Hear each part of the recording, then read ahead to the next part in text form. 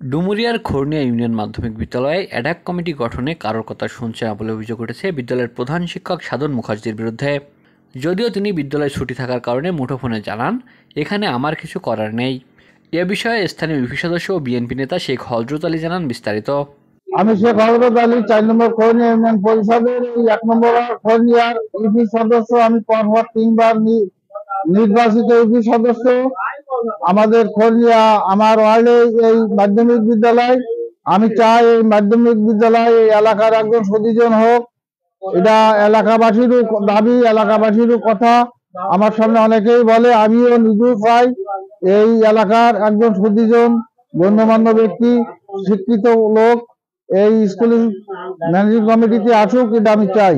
খোরনিয়া union মাধ্যমিক বিদ্যালয়ে ৭৭% জমিদাতা জালাল উদ্দিন সর্দারের ছেলে স্থানীয় বিএনপি নেতা শওকত সর্দারও বলেন একই কথা। ব্যবসা করি, আর বাবার নাম জালাল উদ্দিন সর্দার, স্কুলের দাতা সদস্য দীর্ঘদিন ছিল। এখন যদি আমাকে এলাকার সভাপতি হয় আমার ভালো হবে, আমি তাদের সাথে কথা বলতে পারবো। আমি ওয়ার্ডের ১ নম্বর ওয়ার্ডের সেক্রেটারি বিএনপি। স্থানীয় কয়েকজন এলাকাবাসীও জানান এমন দাবি।